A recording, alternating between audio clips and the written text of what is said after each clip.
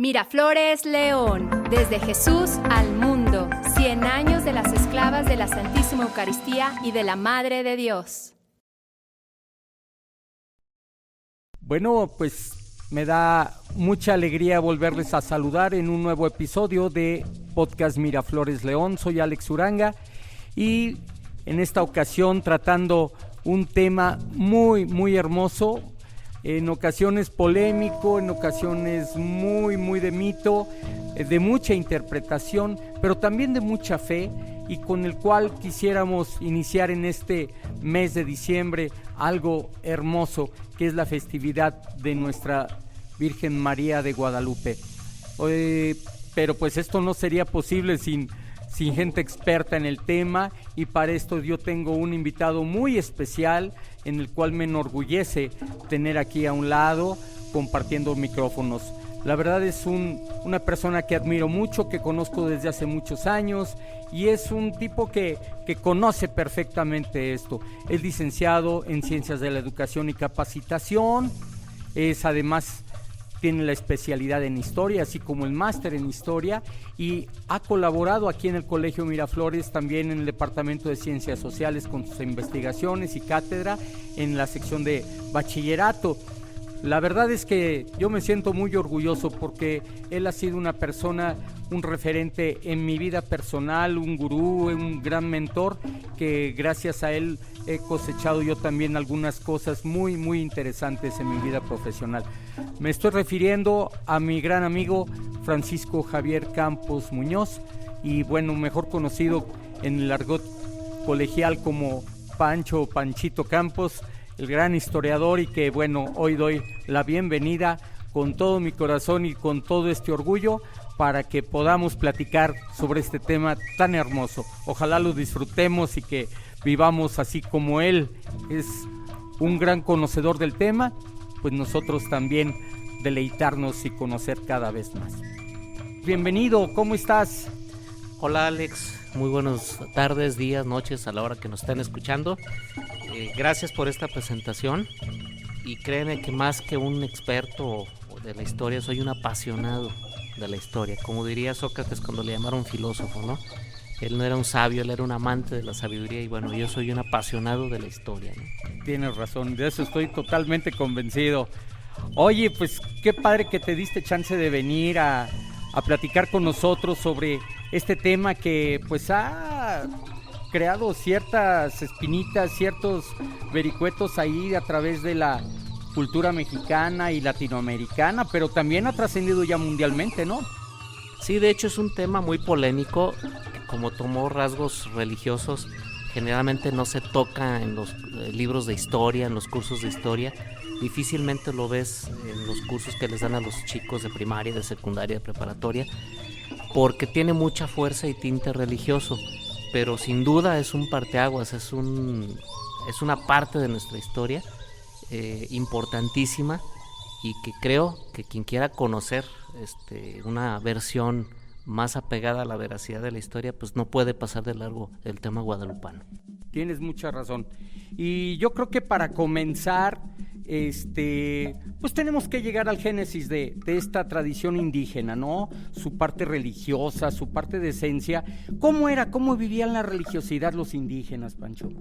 Mira, el pueblo indígena, que no hay que reducirlo a los mexicas, mal llamados aztecas, hay que ampliarlo a casi todos los pueblos que vivían en esta zona de lo que hoy es México. Eran gente sumamente religiosa. Su panteón de dioses era muy amplio. Tenían dioses para la guerra, como Huitzilopochtli. Tenían dioses para venerar al sol o a la luna, como Tonatiuh y Mestli. Veneraban a la lluvia o al agua en Tlaloc y la diosa Chalchihuitlicue, al viento con Quetzalcóatl, o a Tezcatlipoca, que era el dios de los conflictos.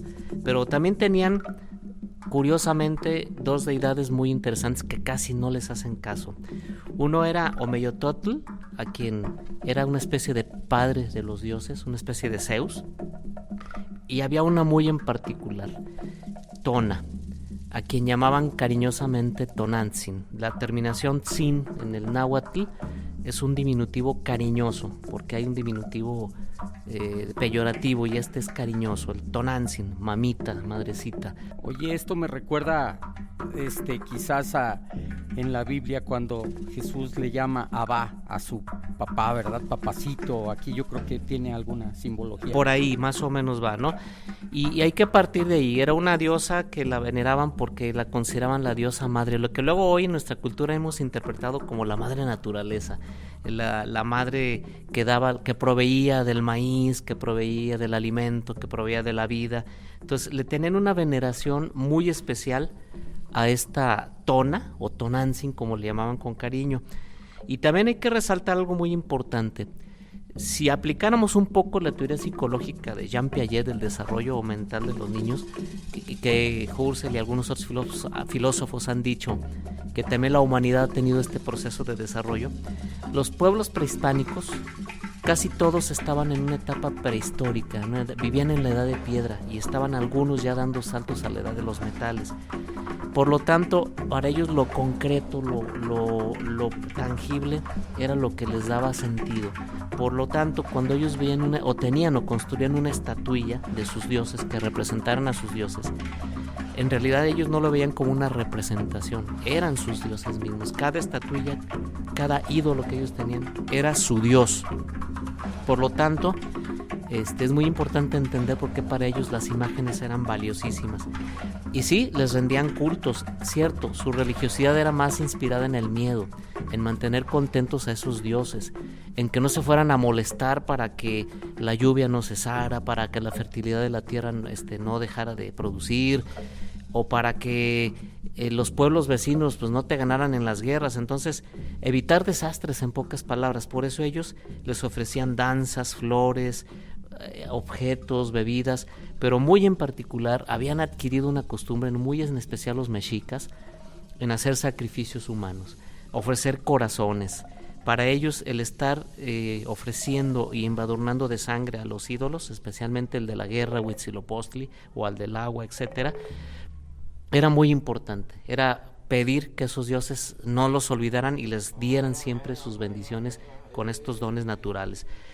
Y era curioso porque para poder tener estos sacrificios humanos surge una institución dentro de la cultura indígena, especialmente, repito, los mexicas, las guerras floridas. Las guerras floridas eran guerras especialmente hechas o diseñadas para atraer personas, para sacrificarlas a los altares, en los cues que ellos le llamaban, de sus distintos dioses. No eran guerras de conquista, no eran guerras para ampliar territorio, no, eran guerras para traer cautivos que luego serían sacrificados. Por ejemplo, a Tlaloc, que era el dios de la lluvia, específicamente traían niños a quienes durante el trayecto y antes del sacrificio hacían llorar mucho, porque en su cosmovisión, entre más lloraran, más se garantizaba la lluvia. Entonces, sacrificaban muchos niños. Mira, los datos eran muy reveladores. En promedio había cerca de 4,000 sacrificios humanos anuales, ¿sí? Y cuando se inaugura el llamado Templo Mayor a su deidad máxima, que es Huitzilopochtli, el dios de la guerra, en un lapso de un mes se hicieron 20,000 sacrificios. Hay muchos datos, hay quienes hablan de 80, de 40. El más conservador es 20,000 víctimas en ese mes para inaugurar el Templo Mayor.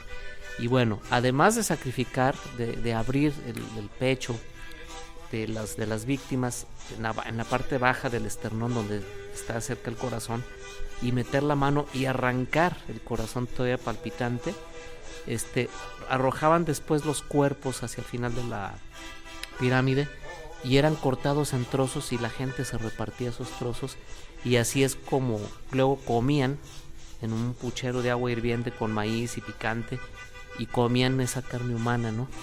Un poco en broma, un poco en serio les digo a mis alumnos, pues ese era el origen del pozole, ¿verdad? Cuando te inviten un pozole azteca, pues ahí te va a tocar un dedito, hay una oreja, ¿verdad?, humana, porque pues comían la carne humana y la sangre de los sacrificados embadurnaban a los ídolos, el templo, y todavía vertían parte de esa sangre para que la gente se diera una especie de bautizo de sangre, para ser, digamos, bendecidos por esos dioses, ¿no? Tal era la religiosidad de los indios. Digo, estaba ahí hablando de una parte que suena muy negativa, era real, era verdadera. Los vestigios ahí están, los testimonios de los primeros castellanos que llegan a estas tierras lo describen, aunque también tenían sus aspectos positivos, ¿no? Por ejemplo, su apego a sus deidades, su fidelidad y sobre todo su cosmovisión lo que hoy llamaríamos muy ecológica, ¿no? Un respeto muy fuerte por la naturaleza. Pero en este punto pues era bastante cruento. Cuando Hernán Cortés llega a estas tierras, vive dos cosas importantes. La primera, que los pueblos que lo empiezan a recibir, los centlas, los zempoaltecas, los totonacos, etcétera, primero lo atacan fieramente, y luego, después, cuando él los derrotaba, se le rendían y lo colmaban de regalos, plumajes, telas, joyas, oro y plata, y hasta, de hecho, por ahí hay una confusión porque algunos les ofrecieron, algunas mujeres dicen de esclavas, ¿verdad? Y hay quien ya inventa que sí de esclavas sexuales. No fue exactamente eso. Cuando él los derrotaba, él les cuestionaba que por qué tanta fiereza y luego tanta sumisión, y en el fondo les decían, estamos amenazados por el señor de Culúa, así le llamaban a Moctezuma.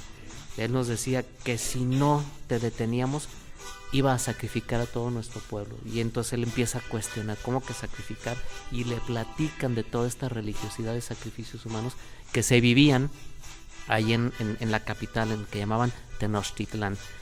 Entonces, pues se puede decir que muy incipientemente, pero él, algunos dicen muy oportunista, muy vivo, pues sí, pero también hay que decirlo, los castellanos eran gente de mucha fe, y Cortés pues les ofrece una liberación de esa religiosidad y les dice, pues el Dios que yo les traigo no pide estos sacrificios, pidió uno que fue el de su hijo y nos ha liberado a todos. Si me apoyan, yo los voy a liberar de esta religiosidad. Y ahí es como se explica la verdadera conquista, porque muchos piensan que por los caballos o los 6 arcabuces o rifles o cañoncitos que traía Cortés conquistó a un pueblo de 300,000 habitantes y cerca de 30,000 soldados, cuando él traía apenas 400 o 500 hombres. En realidad son las alianzas que va generando con estos pueblos que se van apegando a él con la esperanza de ya acabar con esto.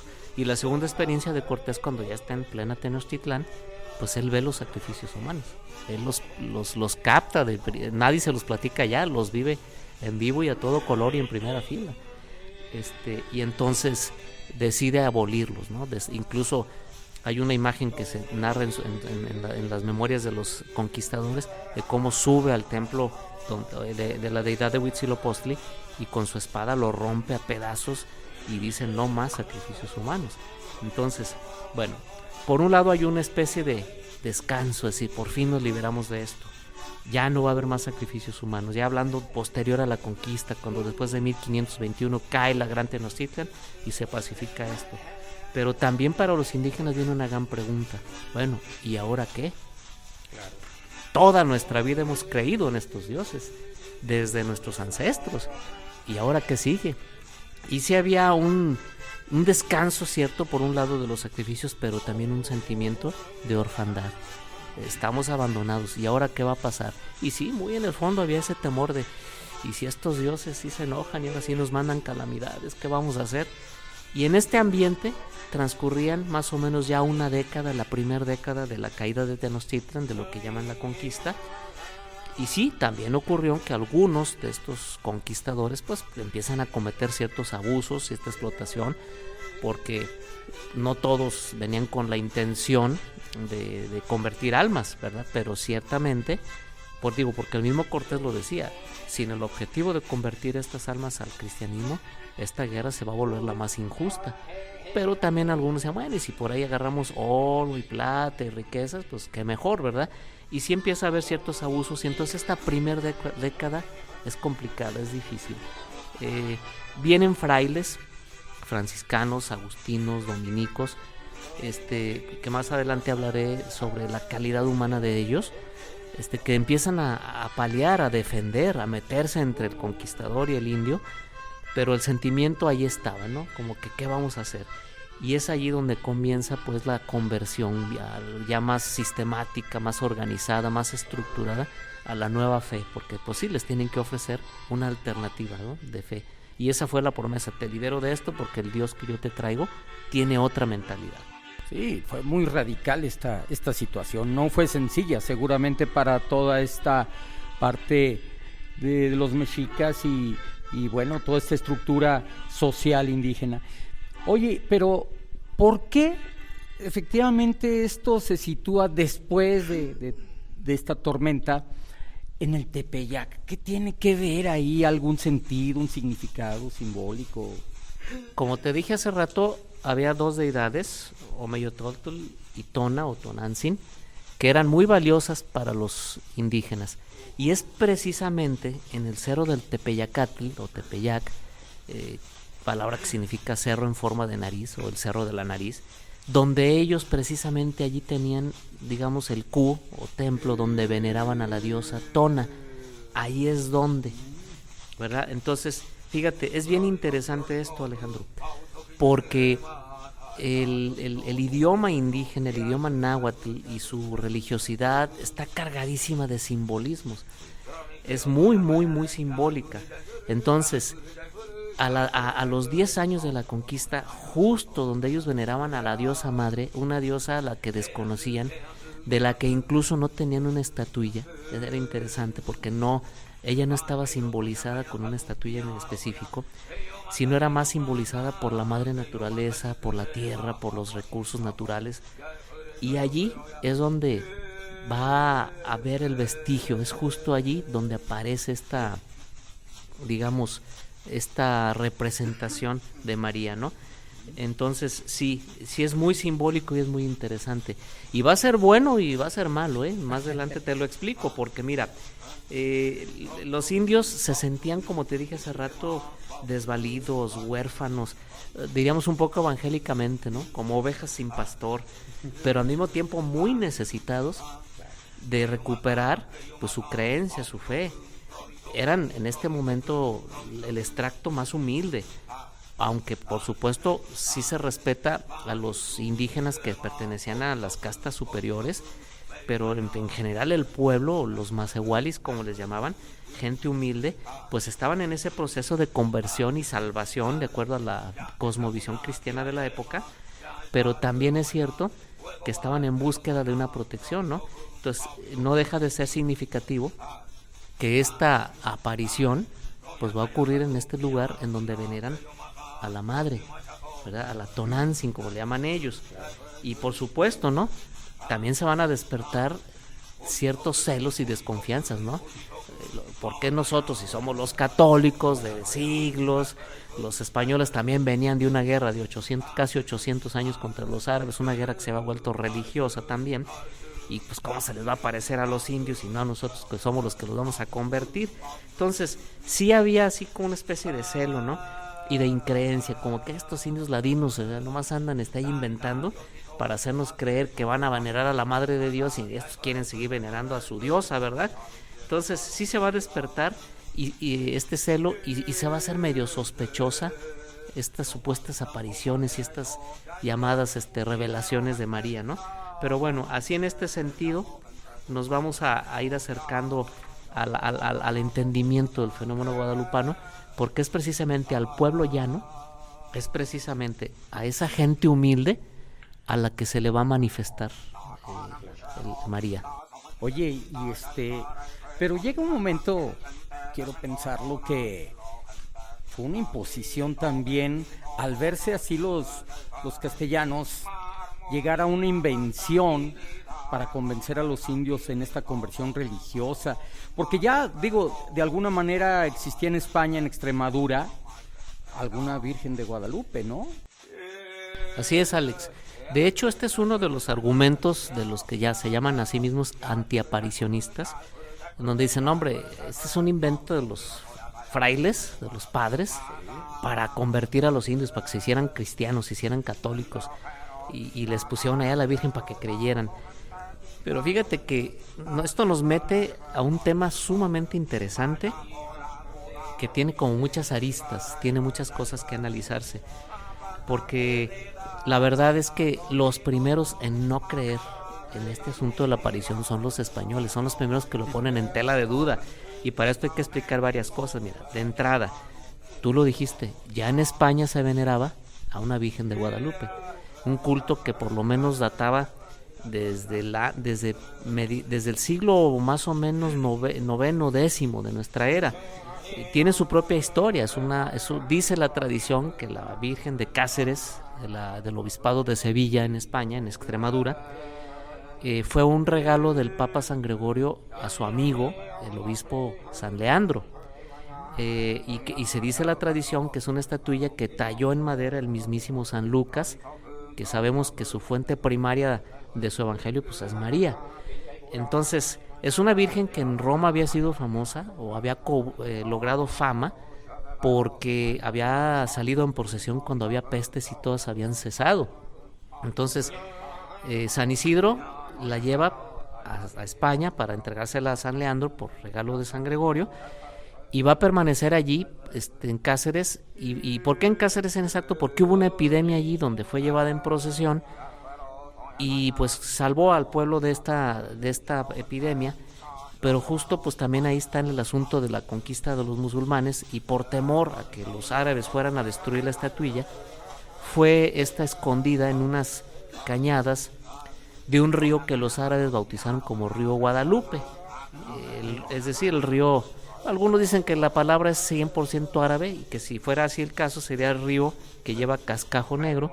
Algunos dicen que es una mezcla entre latín y árabe y sería río de lobos. Pero el chiste es que la imagen queda allí perdida durante más o menos 400 años. Hasta que un pastor pierde una vaca, la encuentra muy metida en ese río, en esa cañada, y la encuentra mal herida y decide sacrificarla, y decía, no me la puedo llevar, más bien la voy a matar y luego traigo amigos para destazarla y pues mejor la compartimos. Pero resulta que de repente la res se levanta ya degollada y pues esto los asusta. Al principio dicen, esto es cosa del demonio, ¿verdad? Pero dice la tradición que la imagen de la Virgen que dice, no te asustes, te doy este milagro para que creas quién soy yo. Entra a la cañada y vas a encontrar una imagen, y quiero que les reveles a todos que aquí estoy escondido desde hace siglos y que me vuelvan a venerar, ¿no? Y esa es más o menos, así muy sintética, la historia de la Virgen de Guadalupe de Cáceres. Y bueno, ciertamente, pues los primeros conquistadores vienen de allí. El mismo Cortés, muchos de sus soldados son de Extremadura, son extremeños, y incluso el primer obispo, Zumárraga, pues es de la zona. Por eso algunos dicen, pues sí, la Virgen de Guadalupe se las impusieron. Pero lo curioso es que Cortés era más devoto de la Virgen de los Remedios que de la Virgen de Guadalupe. Entonces, y además viene como la gran pregunta, porque ¿cómo le van a dar un nombre en un lenguaje que los indios no entendían? Porque la palabra Guadalupe tiene algunas letras o algunos sonidos desconocidos para los indios. En el idioma náhuatl no existen la B, la D, la G, la J, la ñ, la R. Y Guadalupe tiene al menos 2 o 3 de estas fonemas, ¿no? La G y la D. Entonces era muy difícil hablar de esto. Además, el testimonio que dan es que la Virgen da el nombre. Y viene la gran pregunta. Entonces les dio un nombre árabe a unos cuates que hablan náhuatl y que no hablan ese idioma. Entonces, incluso la primer gran duda es, ¿cuál es realmente el nombre de la Virgen? Porque bueno, debo decirte que estos primeros frailes que vienen traían por ahí una situación importante. La iglesia de finales del siglo XV y de principios del siglo XVI, y en particular en España, está atravesando por un proceso de transformación. Por un lado, en España tenemos al famosísimo cardenal Cisneros, que está tratando de reformar a las órdenes mendicantes para que vivan las pobrezas franciscana, agustina y dominica que sus fundadores pregonaban. Entonces, estos frailes se distinguían por ser extremadamente pobres y humildes. Son de los primeros que manda la reina Isabel, la católica, a estas tierras a evangelizar. Por otro lado, hay un personaje que se llama Tomás Moro, que va a ser canonizado, va a ser santo. Él decía que al evangelizar no solo se convirtiera a los indios, sino que se procurara el bien social, que tuvieran trabajos, oficios. Entonces él hace una propuesta social bien interesante que estos frailes van a traer. Por eso en estas tierras se van a construir muchas cosas. Pero hay un tercer fraile agustino, Erasmo de Rotterdam, que él ya se está adelantando siglos a las reformas que va a dar la iglesia. Erasmo propone que si bien los rituales pueden seguir siendo en el idioma latín, que es el idioma de la iglesia, pero que la evangelización se haga en el idioma de cada pueblo, que incluso los catecismos se escriban en el idioma de cada pueblo. Además, Erasmo promovía que no se le diera tanto culto a los santos sino a Dios, que se le respetara a María por ser la madre de Jesús, pero el culto no fuera tan enfocado sino a Dios. Y por otro lado, también Erasmo habla de un tomar aspectos de la cultura del pueblo para adaptarlas al evangelio, lo que se llamaría una especie de sincretismo o inculturación. Bueno, estos frailes que llegan traen estas ideas. ¿Qué tiene que ver con el fenómeno guadalupano? Bueno, tiene que ver, primero, con que la devoción a los santos, en este caso a María, tenía que ser muy mesurada, que los indios no se desbocaran en ello. ¿Por qué? Porque el centro de la evangelización tenía que ser Cristo, tenía que ser Dios. Y por otro lado, no devocionar a las imágenes. Había que sacarlos de esa parte que tenían tan concreta los indios. Por eso cuando surge este asunto de la imagen, y si te fijas, todo gira en torno, porque ¿cuál es la gran prueba que da? Pues el plasmar de una imagen en un ayate. Entonces, pero ¿cómo negar algo que estoy ante mis ojos viendo que sucede? Entonces, la postura de estos primeros frailes, y muy en particular de Zumárraga, es como de sigilo. Vamos a guardar esto con prudencia. Vamos a llevarlo como paso a pasito. Vamos a ver en qué topa esto, porque esto, pues sí, no va a favor de lo que traemos como ideas de renovación evangélica. Eran erasmistas, pues, seguidores de este señor, y caramba, precisamente María se manifiesta, de acuerdo a la versión de Juan Diego, en una imagen pintada en un ayate, ¿no? Entonces dicen, caramba, sigilo. Por eso al principio algunos frailes dicen, básicamente vamos a dejar a ver a dónde topa. En una de esas esto se termina pronto y ya se les va a olvidar y van a seguir haciendo caso a la evangelización. Pero pues va a ir pasando todo lo contrario, ¿no? Ahora, hay testimonios pues de por qué Guadalupe realmente fue el nombre que les da. Bueno, estudiosos como Luis Becerra Tanco, que es considerado uno de los evangelizadores o evangelistas del fenómeno guadalupano, investigó, él hace la primer, digamos, copia o traducción del náhuatl al español del Nicán Mopogua, que es un relato del que hablaremos más al rato, de la Virgen, de las apariciones de la Virgen. Luis Becerra Tanco investiga porque él todavía conoce a gentes que conocieron a los testigos de este fenómeno, ¿no? Gente que ya era adulta, de 80, 60, 70 años, que conoció a su vez a los que vieron a Juan Diego y a su séquito, a la gente de alrededor de él, y hablan de un nombre, ¿no? Que pareciera que es no se ponen bien de acuerdo, pero Luis Becerra Tanco habla de un nombre, algo así como Tlecuatlazupe, el nombre que posiblemente María le da al indio Juan Diego, y no es precisamente un nombre, en realidad le dice quien le revela su identidad. Esto me recuerda un poco al pasaje aquel de la zarza ardiendo, ¿no? Cuando Moisés dice, ¿quién eres? Y él dice, Yahvé. No le da un nombre, le dice, soy el que soy, ¿verdad? Yo soy. Entonces no te doy un nombre, te digo que soy. Y te digo que soy el que soy. Entonces todo parecía indicar que esto es lo que le dice, ¿no? Porque la palabra Tlecuatlazupe está muy cargada de simbolismos que los indígenas podían entender muy bien, como el prefijo tle, que puede significar fuego, sol, y que para ellos significaba la máxima divinidad. Claro. El Cuauhcuautli, que es el águila. Ese simbolismo incluso de la fundación de Tenochtitlan, del águila devorando a la serpiente, muy simbólica también, habla de el mal siendo vencido por el bien. El águila para los indígenas es un símbolo de poder que viene de Dios. El águila viene del sol y es la máxima representación de la deidad. Y Tlacup, que es un punto cardinal, es el oriente. ¿De dónde venían los españoles? ¿De dónde venían los castellanos? Pues del oriente. Entonces vengo representando al Dios, a la máxima deidad, que te traen estos que vienen del oriente, ¿sí? Procedo, incluso el Ecua, la terminación P o UP, Ecua, significa procedo de allí. O sea, vengo de donde vienen ellos y vengo a representar a ese Dios que ellos les están enseñando. Entonces, más que darles un nombre, les dice una identidad. yo vengo de parte de ellos. No les teman, confíen. Y luego el mensaje, cualquiera que ha leído el Nican Mopowa sabe que es un mensaje amoroso, apapachador. No soy yo tu madre, vengo aquí a protegerte, vengan a mí, yo los cuidaré. O sea, es un mensaje amoroso, maternal y de confianza. O sea, tengan confianza, ¿no?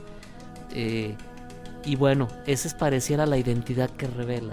Cuando dan esta palabra, Tlecuatlaxupe, bueno, los castellanos eran muy dados a adaptar a su idioma estas palabras en náhuatl y las ponían a lo que les sonaba a ellos. Entonces, pues Tlecuatlaxupe, Guadalupe, y aparte pues es de nuestra región, pues Guadalupe. Y sí, la devoción no es impuesta por ellos. Más adelante te explico más datos importantes en donde podemos explicar cómo hay oposición incluso, pero el nombre sí es impuesto por los castellanos, Guadalupe. Por eso un nombre árabe a un pueblo pues, que habla náhuatl, a quien se le revela esta aparición, ¿verdad? Bien. Y continuando con esto, ¿no? El segundo punto importante de resaltar de esto, si es devoción indígena o no. Bueno, la iglesia ha reconocido a lo largo de la historia 28 apariciones y algunas de ellas curiosamente enfocadas a pastorcillos, a gente humilde, por ejemplo la de Fátima o la de la Candelaria. Bueno, pues esta no es de extrañarse que se revela a un indígena más igual, a un indígena de los extractos más humildes, donde viene esta aparición, ¿no? Entonces, ¿y por qué curiosamente en donde veneraban a la diosa Tona como para identificarse ella misma como una madre? Soy su madre, ¿no? De hecho, los indios, entre 1531, que aparece pues por primera vez el vestigio del fenómeno guadalupano, hasta más o menos 1550, ellos se dirigen a esta madre, a esta mujer que se les aparece como Tonantzin. El asunto de llamarle Guadalupe no fue permeando tan pronto. Para ellos era Tonantzin. Y cuando empiezan a imponer el nombre, hacen el híbrido de Tonantzin Guadalupe. Es decir, ustedes quieren que le llamemos Guadalupe, órale, para nosotros es Tonantzin. Y por eso hay muchos testimonios antiguos que hablan de Santa María de Guadalupe Tonantzin o Tonantzin Guadalupe, es decir, nuestra madrecita, nuestra mamita, ¿no? Y ya después, por ahí en el año entre el 55, 60, en esa década, Fray Alfonso de Santiago, él dice, no, mejor vamos a llamarle, pues, ni ustedes ni nosotros, ni Guadalupe ni Tonantzin, vamos a llamarle la Virgen de Tepeaca, porque bueno, ya los españoles al cerro del Tepeyacatl, pues castellanizándolo, Tepeaca o Tepeaquilla, ¿verdad? Así le llamaban. Entonces vamos a llamarle la Virgen de Tepeaca o la Virgen de Tepeaquilla. No pegó, no les gustó, siguieron llamándole Tonantzin Guadalupe. Y ya incluso hay un vestigio por ahí de 1575 en una carta donde el virrey Juan Enríquez de Almanza, quien escribe a Felipe II una carta donde ya habla del culto a la Virgen de Guadalupe en el cerro del Tepeyac, ya más oficializado, ¿no? Porque, bueno, ¿y por qué manda esta carta? Pues porque desde entonces, y hay que decirlo también, pues ya había rencillas entre las distintas órdenes religiosas y el clero diocesano, porque aunque no estaba la gran basílica que tenemos hoy ni la antigua, todavía eran pequeñas ermitas, pero ya el asunto de las limosnas y las ofrendas, ya aquello ya empezaba a convertirse en un santuario donde indígenas iban, ¿no? Y bueno, el chiste es, para no hacer más largo el asunto, que el culto se va cundiendo principalmente y al principio entre los indígenas, aceptado y promovido por ellos, por los propios indígenas, ¿sí? Los españoles, especialmente los frailes, guardan reserva. Y sobre todo te voy a decir porque aquí hay un dato bien interesante. ¿Por qué ocultan o por qué se callan? ¿Por qué guardan silencio? Bueno, muy en particular porque acaba de ser denunciado justo en este momento, cuando hay las apariciones, Juan de Zumárraga es llamado a España a comparecer ante el Tribunal del Santo Oficio y ante el Rey por permitir que los indígenas tuvieran imágenes religiosas, veneraran a... Entonces imagínate, si él habla abiertamente, sí, vi la imagen y yo autoricé el culto, híjole, pues se lo iban a condenar. Entonces él es llamado justo se va a los 3 meses de las apariciones, ocurren en diciembre, dice la tradición. Él se va en marzo hacia España y va a estar allá por cerca de 2 años. Es más, él pensaba que ya no iba a volver, porque como estaba consciente que fue omiso ante este culto, que lo dejó caminar, pues dice, pues me van a acusar y me van a destituir, ¿verdad? Ya no voy a volver. Bueno, sí, 2 años después, 2 años y cachito, regresa y el culto ya se había arraigado. Ya la imagen guadalupana tenía mucha veneración, pero seguía siendo todavía en este momento un culto prácticamente de los indígenas, de la gente llana y sencilla. Ya había muchos mestizos que al tener su sangre indígena, aunque tenían sangre española también, empiezan a cundir este culto. Pero, para no hacerte largo el cuento, cada vez también había gente española, criollos, porque la fama de esta virgen cunde, porque empiezan a divulgarse historias de milagros, de sanaciones, de curaciones, de gente que pedía favores a esta virgen y se los concedía. Entonces empieza también gente española pues a acercarse a este culto y empiezan a dar también sus propios testimonios de estos milagros, de estas bendiciones, digamos, que la señora del Tepeyac, como los españoles le llamaban, pues empezaba a cundir, ¿no? Y el culto a Tonantzin Guadalupe empieza a difundirse cada vez más en la Ciudad de México, entre indígenas, mestizos y también algunos españoles. Sin embargo, insisto, el alto clero todavía, el obispo, la gente empieza con mucha prudencia, ¿verdad? De las órdenes mendicantes, es curioso, fíjate qué interesante, dominicos y agustinos se mantuvieron relativamente neutros, como que pues a ver qué pasa, déjalo. Pero los franciscanos, y Zumárraga era franciscano, se oponen, ellos están, no, es que esto está mal.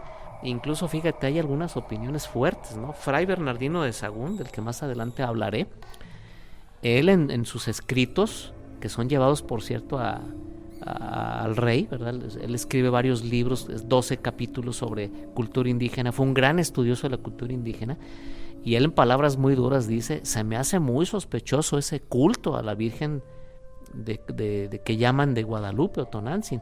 Dice, ¿por qué tienen que ir a venerar a la Virgen a ese lugar donde tenían a su diosa Tona si hay otros santuarios para venerar a la Madre del Cielo? ¿Por qué van allá? Dice, a mí se me hace que estos indios están ocultando algo, ¿no? Es más, incluso llegó a usar una palabra muy fuerte para la época. A mí me parece esto medio diabólico, ¿verdad? Fray Bernardino de Sahagún, un tipo que nadie puede negar su aporte al estudio de las culturas indígenas y a la evangelización.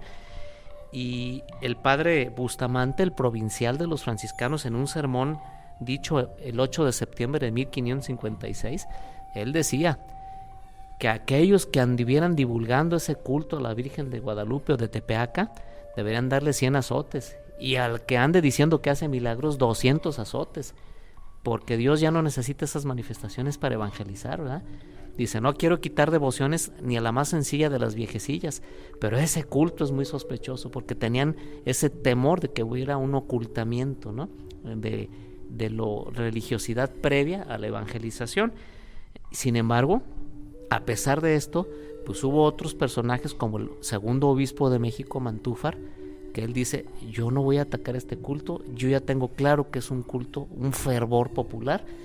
Y bueno, la gente viene y a mí me ha dado testimonios de los milagros, de las curaciones, de las sanaciones, de los favores hechos.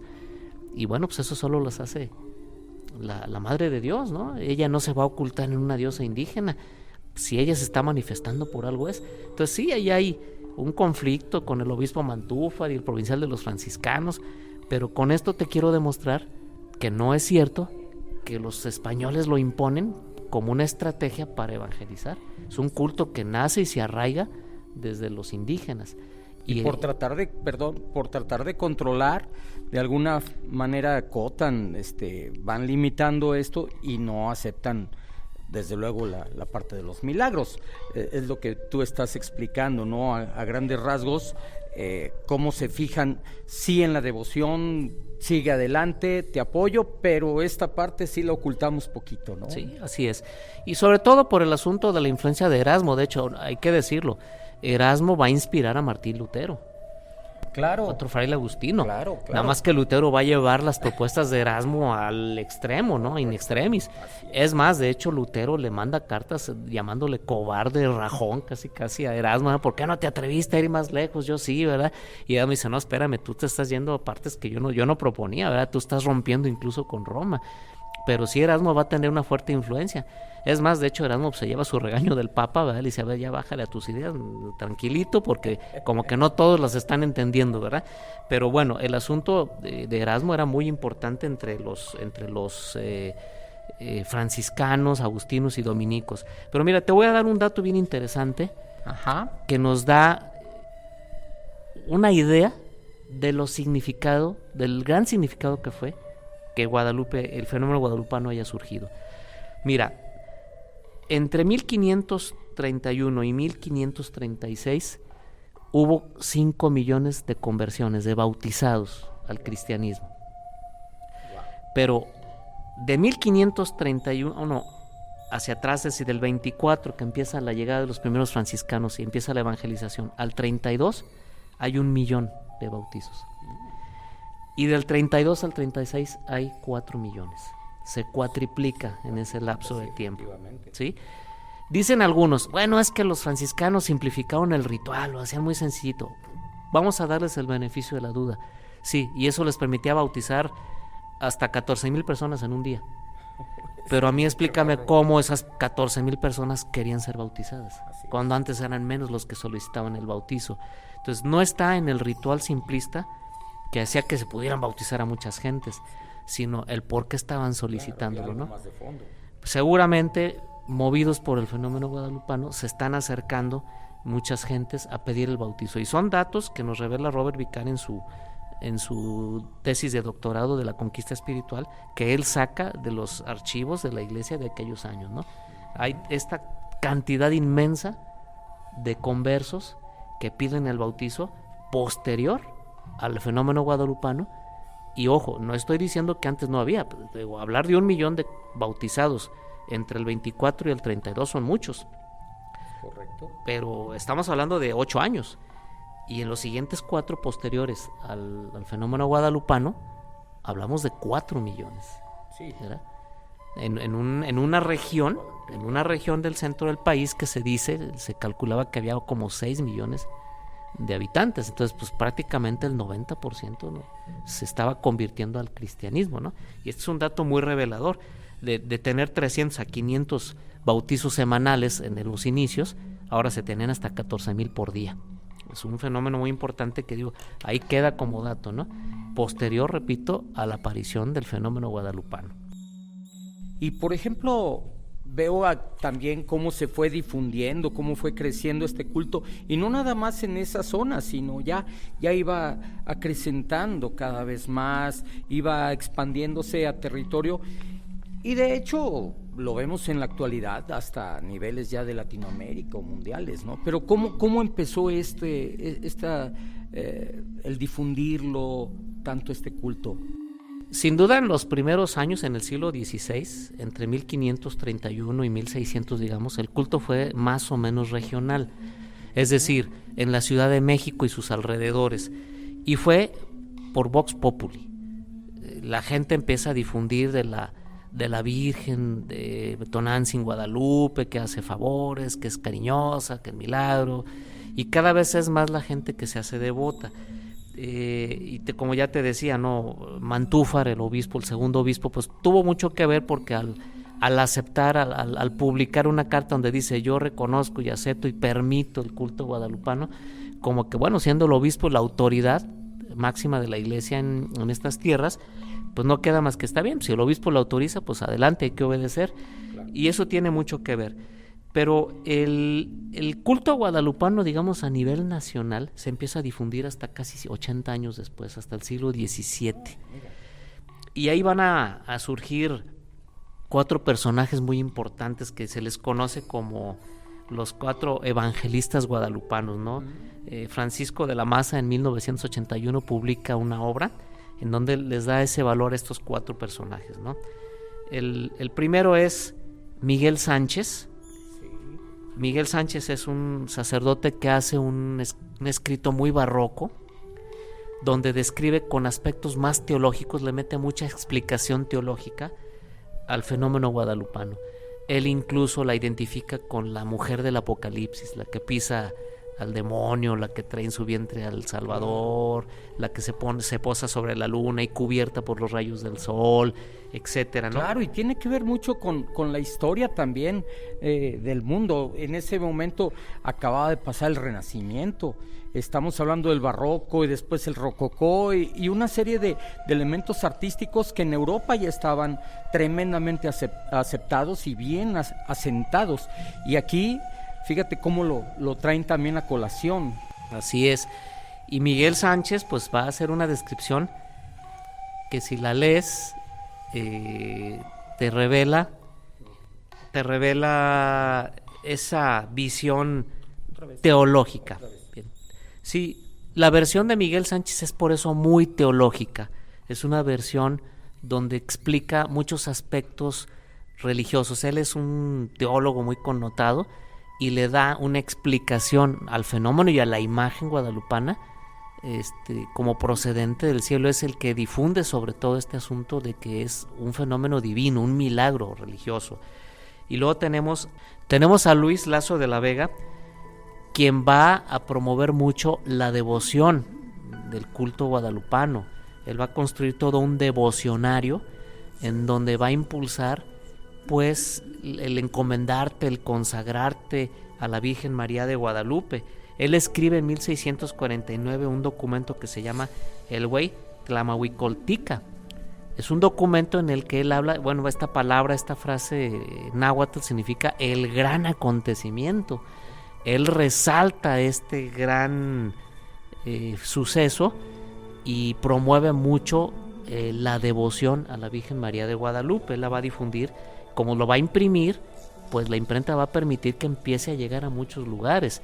Y es más, Luis Lasso de la Vega también va a imprimir el Nican Mopogua, que es el relato del que hablaré más adelante, donde se explican las apariciones. Él va a tener en sus manos el original y lo va a traducir al español y luego lo va a imprimir. Entonces él va a ser el gran difusor de la devoción guadalupana. Y luego tenemos a Luis Becerra Tanco. Él es un geógrafo, astrónomo, matemático, ingeniero, químico, etcétera. Él es un científico y él va a escribir obras apologéticas guadalupanas allá por 1666, y él es el primero en hablar del origen del fenómeno o del milagro guadalupano, pero con bases un poco más científicas. Y él escribe su libro de Felicidad de México, su obra máxima, en donde ahí va a hablar de lo maravilloso que fue este fenómeno, este suceso. Y tenemos también a Francisco de Florencia, un jesuita. Él es más historiador. Él se encarga de hablar de él va a recopilar todas estas testimonios de milagros, de devociones, de favores, y cómo se va difundiendo el culto guadalupano, y apoyado por la fuerte presencia de los jesuitas, pues se dice, ¿verdad?, que los jesuitas son los difusores a nivel nacional del culto guadalupano. Y bueno, el que lo inicia es Francisco de Florencia. Y así fue como se va difundiendo a nivel nacional en los próximos siglos, de tal manera que identificar a la Virgen de Guadalupe con lo mexicano, no hay que olvidar que hay otro jesuita llamado Javier Clavijero, que es el máximo impulsor del concepto de la mexicanidad, y la va a identificar con la Virgen de Guadalupe. Y es más, se atreve a decir que ella puede ser la madre de nuestra patria. ¿Por qué? Porque a partir de su aparición se pacifican las cosas, vienen las conversiones y cesa la resistencia a ese mestizaje que, dicho sea de paso, la reina Isabel de España, desde 1492 hasta 1506 que ella muere, insiste en que los castellanos se mezclen con estos pueblos. Incluso él dice: no son esclavos, no los quiero de esclavos, son súbditos de la corona. Únanse a ellos, mézclense a ellos. Es más, cuando a Cortés, a aquellos primeros pueblos, le dan mujeres, no se las dan como esclavas, se las dan porque entre los indios era muy importante. Los pactos, las uniones entre pueblos se sellaban con el casamiento de sus mujeres con sus hombres.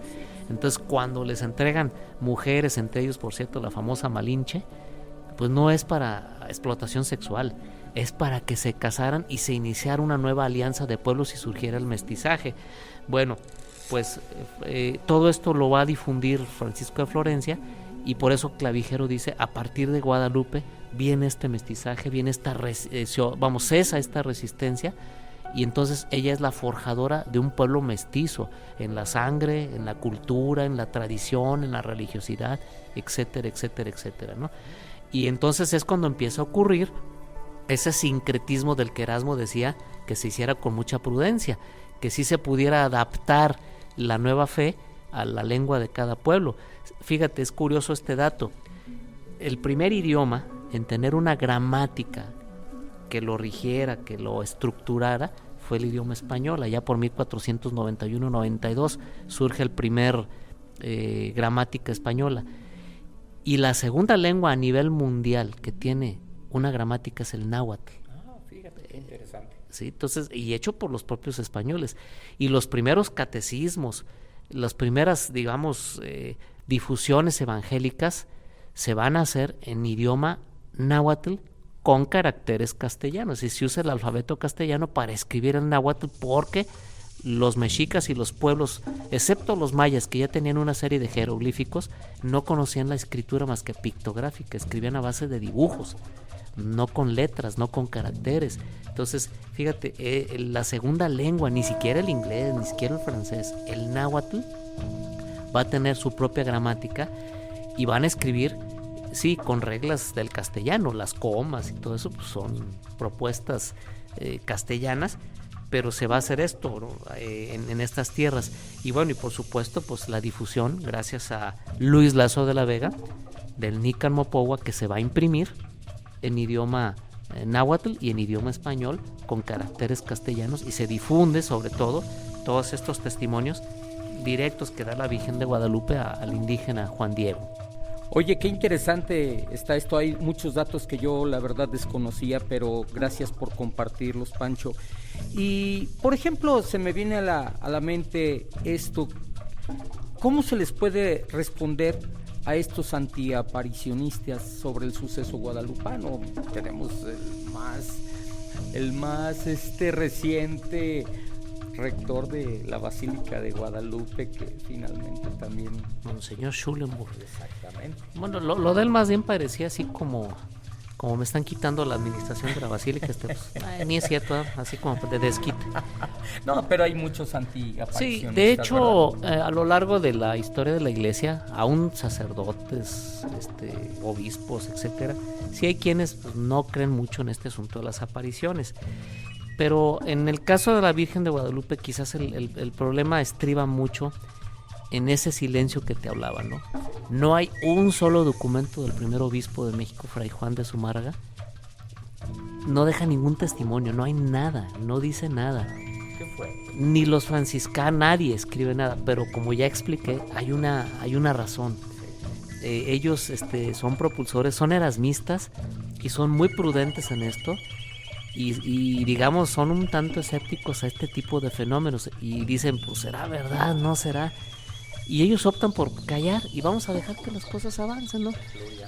Me recuerda un poco aquel pasaje evangélico, ¿no? Creo que de los Hechos de los Apóstoles, que cuando quieren azotar y prohibir a los discípulos de Jesús que sigan pregonando el evangelio, y que dicen, hay que azotarlos, hay que prohibírselos, y dijo alguien por ahí de los del Sanedrín, ¿no? Miren, no hay que arriesgarnos, porque si esto es cosa de Dios, pues nos vamos a oponer a Dios, ¿verdad? Y si no es cosa de Dios, solito se va a acabar. Entonces parece que estos frailes, la mayoría de ellos optan por, vamos a dejar que fluya. Si es cosa de Dios, nadie lo para. Y si es cosa de invento de sus dioses, o cosa incluso, como dijo Sahagún, medio diabólica, se va a acabar, porque nosotros vamos a difundir el evangelio. Y pues bueno, ya estamos entrando al novenario, estamos en el novenario de años para conmemorar los 500 años del fenómeno guadalupano, y hoy más que nunca el mexicano es fuertísimamente guadalupano, ¿no? Y yo conozco gente que incluso ha abandonado el catolicismo, pero guadalupana sigue siendo, ¿verdad? Y hay quienes hasta dicen en broma, en serio, broma, soy ateo, pero en la Virgen de Guadalupe sí creo, ¿verdad? hay gnósticos. Hay un autor que escribió sobre el fenómeno guadalupano, todos conocen a Juan José Benítez, el de los caballos de Troya. Este cuate se vino a investigar el fenómeno guadalupano y tiene un libro muy interesante sobre el tema de la Virgen de Guadalupe, y él mismo reconoce, dice, bueno, yo soy un agnóstico, yo no creo mucho en estas cosas, pero este asunto a mí me ha impactado y me ha conmovido mucho la investigación sobre el tema guadalupano, ¿no? Pues bueno, mira, en el caso mexicano hay un historiador muy connotado del siglo XIX. La historia en México se va a volver científica en la época entre el juarismo y el porfirismo, cuando se va a adoptar la doctrina positivista. Y hay un historiador mexicano muy famoso, Juan García y Casbalceta, positivista él, que cuando el arzobispo de México, La Bastida, le pide que escriba sobre el fenómeno guadalupano, pero desde el punto de vista histórico, él concluye que él no puede escribirlo porque históricamente no hay manera de probar el fenómeno guadalupano. Y es entendible. La escuela historiográfica positivista habla de que si no hay documentos, si no hay testimonios escritos sobre el hecho, no se puede considerar un documento. Y efectivamente aquí navegamos en contra de un problema que es muy importante. Navegamos contra que no hay escrito nada ni de Zumárraga, ni de los franciscanos, ni dominicos, ni agustinos, que son los testigos de este hecho. Por ello, pues no encuentra don Juan García y Casbalceta ningún dato escrito. Pero bueno, hay una escuela historiográfica que se difundió mucho en Inglaterra, surge en Francia, se difunde entre Inglaterra y Estados Unidos, que es la escuela de los anales. Y en esta escuela de los anales sí se le da un fuerte valor a la tradición oral, sí se reconoce como fuente histórica la tradición oral. Y por eso sí se puede probar, y máxime cuando tenemos un documento que es el llamado Nican Mopogua, palabra náhuatl que significa Nican aquí, Mo, sé, y Pogua, narra, se cuenta, aquí se narra. Se utilizan las primeras palabras porque así comienza este relato, Nican Mopogua, aquí se cuenta, aquí se narra, y así se le puso el nombre. Es bastante inapropiado, pero así se decidió. Sí.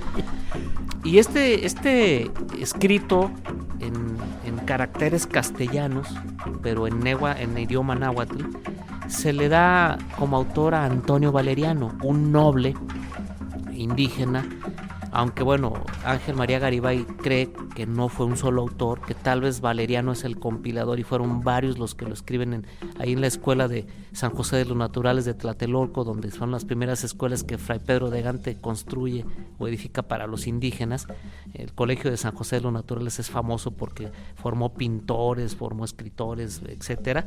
Bueno, Antonio Valeriano nace en 1520. Cuando ocurre el fenómeno guadalupano, él tiene más o menos 11 años. Así que es prácticamente un hecho que conoce a Juan Diego. Y que siendo quizás ya un adulto, un joven, quizás de 20, 30 años, porque bueno, Juan Diego muere en 1548, cuando Valeriano tiene 28 años de edad, pues probablemente recoge los testimonios de Juan Diego, probablemente escucha de viva voz sus testimonios, y si no de Juan Diego, por lo menos de quienes sí lo escucharon cuando él narra, así es, cuando él narra las apariciones y conoce a gente que vive en torno al fenómeno guadalupano, y él por eso pues escribe un librito no muy largo, apenas unas cuantas cuartillas, pero en donde en una gramática y una ortografía perfecta, excelsa, y en un estilo muy poético, va a escribir el Nican Mopogua, que son las narraciones. Es el único documento que hay, y que bueno, que sí data de la época, que sí es, y escrito por alguien que vive muy cercano al fenómeno. Y bueno, lamentablemente este documento original manuscrito se ha perdido. Se sabe que Antonio Valeriano lo donó a Fernando Alba Ixtlilxóchitl, otro noble converso, un indígena de la nobleza. Para aquellos que luego piensan que se esclavizó a todos los indios, no hay mayor mentira que eso. A la nobleza indígena se le permitió continuar con sus cargos de jefes, de caciques, digamos, es la palabra que usaban, había pueblos de indios que seguían siendo gobernados con sus usos y costumbres, y lo único que se les exigiera era la sumisión al rey de España. Y algún malicioso dirá, y que pagaran impuestos. Bueno, para los que no saben, por las leyes de Indias, hasta las reformas borbónicas de los reyes, fue Carlos III para ser exacto, allá por el siglo XVIII, cuando se va a cobrar impuestos a los indios. Estaban exentos de pago de impuestos, ¿no? Bueno, Fernando Alba Iztlizóchitl pasa el documento a su hijo Juan Alba, y se lo va a regalar a un connotado dramaturgo mexicano llamado Carlos de Sigüenza y Góngora. Sí. Es un tipo muy conocido por su capacidad de escribir versos, prosa, teología, muy amigo, por cierto, de Sor Juana Inés de la Cruz, ¿verdad? Los dos por ahí luego se juntaban a compartir obras, eran contemporáneos. Bueno, a él le pasan estos documentos, y bueno, él, hasta donde yo sé, él era jesuita, no estoy seguro si profesó, pero sí perteneció a la Compañía de Jesús. Y cuando son expulsados los jesuitas, pues él se tiene que ir allá en 1767, precisamente por Carlos III, el Borbón.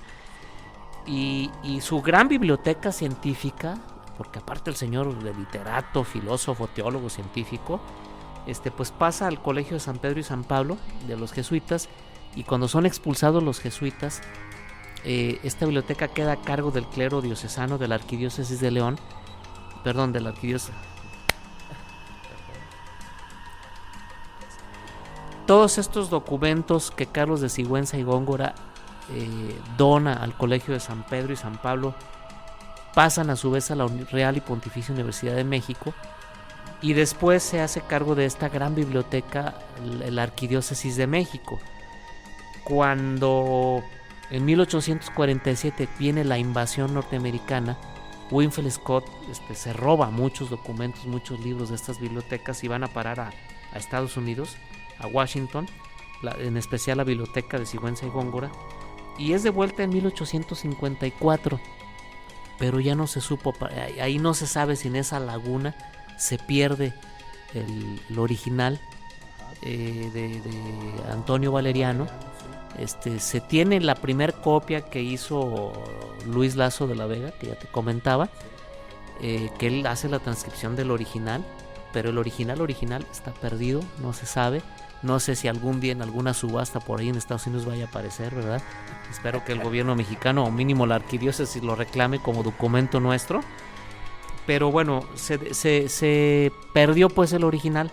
Sin embargo, bueno, se conocen las transcripciones y las primeras impresiones que se hacen del Nican Mopogua, y ahí está un documento, digo, para los positivistas, ¿verdad? Si bien Zumárraga no escribió, si bien Toribio de Benavente, Valencia y muchos de los otros frailes de aquella época no escriben, pero Valeriano, que es contemporáneo del suceso, pues deja el testimonio como un documento de la realidad, ¿verdad?, del fenómeno guadalupano. Y finalmente se ha encontrado un códice en piel de venado. Sí está escrito en pictogramas náhuatl. Te he dicho que los aztecas o los mexicas no escribían con caracteres pues propios o castellanos, y está firmado por Fray Bernardino de Sahagún, sí, el que se opone, el que sospecha de este culto, pero que reconoce que allí está un testimonio donde aparece una imagen que si cualquiera que la ve, lo pueden ustedes googlear, Códice Escalada, y van a ver perfectamente que así está, y van a ver a un personaje como de rodillas recogiendo rosas, un cerro con muchos nopales, y al fondo se ve una imagen que podemos perfectamente identificar con la Virgen de Guadalupe, en donde allí se testimonia claramente que los mismos indígenas están narrando con su lenguaje pictográfico pues que sí sucedió, que así apareció, ¿no? Este es un códice muy revelador que por lo menos, y al ser firmado por Fray Bernardino de Sahagún, nos certifica la autenticidad de que es de la época y de que es la manera en como los indios pues transmitían, mira, esto fue lo que pasó, aquí te estoy narrando el suceso de la aparición guadalupana. Y creo que está fechado en 1548. Así es, códice de 1548. Qué interesante. Efectivamente, así es. Y esos son dos documentos que nos pueden hablar de que es históricamente hablando altamente posible que sí haya ocurrido algo referente al Cerro del Tepeyac y referente al fenómeno guadalupano. Aparicionista o antiparicionista, tú te puedes ubicar donde tú quieras, pero ahí ocurrió algo. El testimonio popular lo describe claramente, y bueno, la devoción que inicia en la Ciudad de México y que al siguiente siglo se va a difundir por todo el país, pues es muy clara, ¿no? Y bueno, y no solo en México. Hoy pues se le ha dado el título de emperatriz de América, ¿verdad?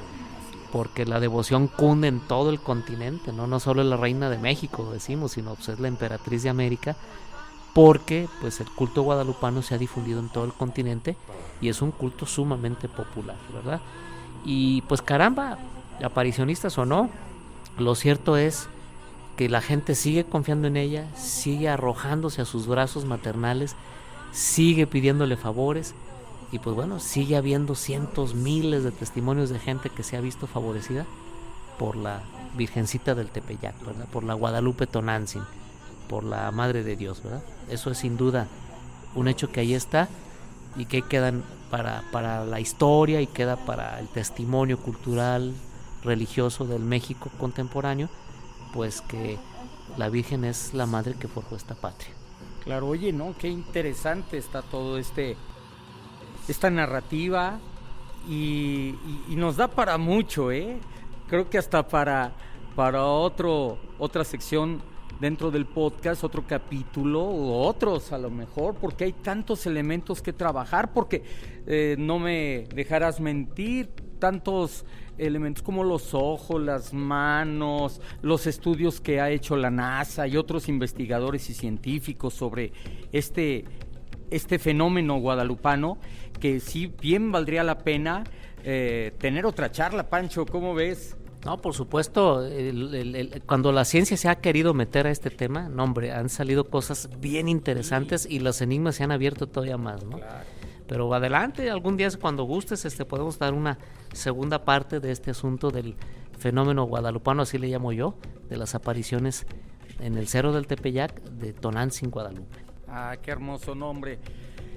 Qué gran enseñanza nos has dejado. Gracias de veras por compartir y bueno, todos los que nos escuchen, ojalá que sea un suministro, un abastecimiento, agua que va de un manantial hermoso para poder seguir cultivando nuestra espiritualidad, nuestra fe, y que no quede simplemente en hechos históricos o científicos, sino que también cómo puede trascender en lo más profundo de nuestro ser, ¿no?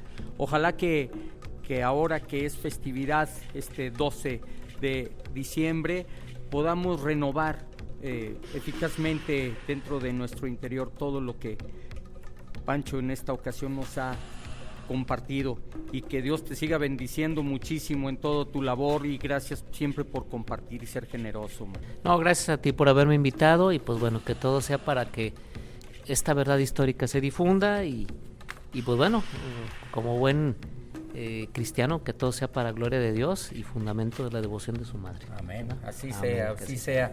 Y bueno, pues invitándoles a que no se olviden suscribirse en nuestro canal, en nuestro programa, así como compartir el contenido con sus familiares, grupo de redes, y bueno, que nos pueden encontrar también en el correo electrónico de podcast mirafloresleon @mirafloresleon.edu.mx, en Instagram @mirafloresleon, en Facebook Colegio Miraflores León, y en YouTube también podcast Miraflores León.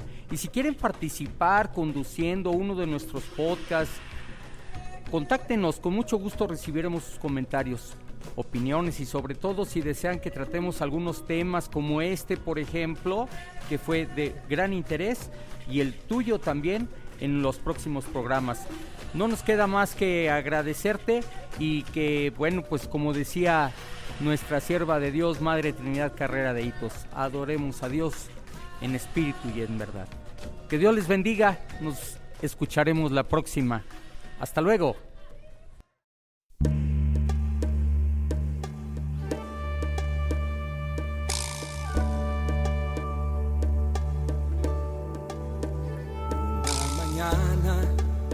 En Tepeyac al buen Juan Diego se apareció una mujer, era muy bella, reflejaba luz de amanecer. Mi niña linda, la más hermosa, decía Juan Diego a la mujer, y ella decía: soy Guadalupe, y un templo hermoso tú me construirás. Y en su tilma rosas dejó, fue esta la prueba que convenció. Y en su tilma ella estampó su bella imagen que me conquistó.